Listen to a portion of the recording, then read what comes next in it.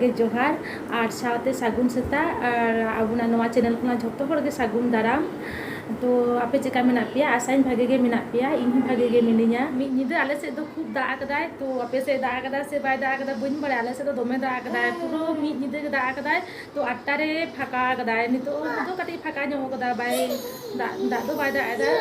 तो ओनागे मने होयना तेहेन दो ताले जापुर यार की सोड़े जब चेका बुझा सिम जेल सोड़े तो चलो ओनागे बन नेल लेगे।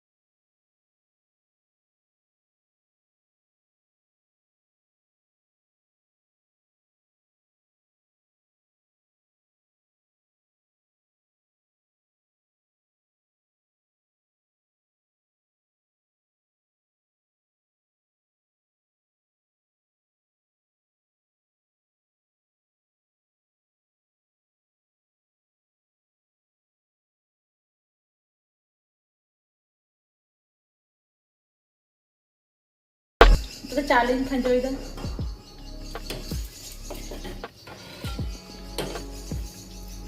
बांगनो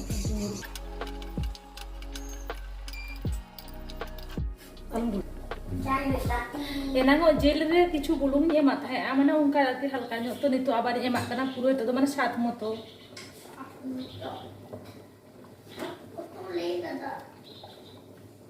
नीचे के होयो नवा धारे तो कुंदरी भाजा होई कना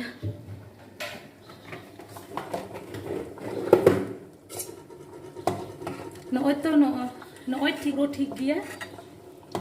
कलर ठीक हे कना नोय ये तबन पे कलर ठीक ᱧᱚᱜ कना से ठीक है ना इसिन हिजुक कना हेडेजक कना नवा दाग ते होयोआ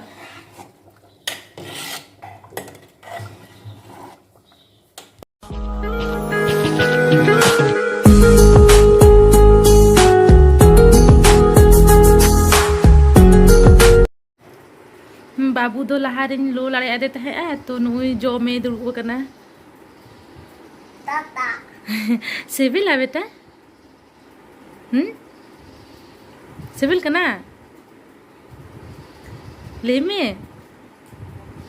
लचक कना जमले दुड़ुब कना एकटा बजाना रेंगे कना तो आपे हो तबे जम ताबन पे मा तबे तेहेኛ वीडियो तो नोंका गे ताहे कना तो नोआ इኛ वीडियो नेल पे चिका पे बुझाव किदा लाइक पे शेयर पे कमेंट पे और सब्सक्राइब तो अवश्य आलो हिड़िया और कमेंट करते अवश्य बड़ा हतिन पे सोरे दाखा चिका होई कना तो मा तबे तेहेñ दो उनका गे नेक्स्ट वीडियो रे आरो बुन जापामा टाटा।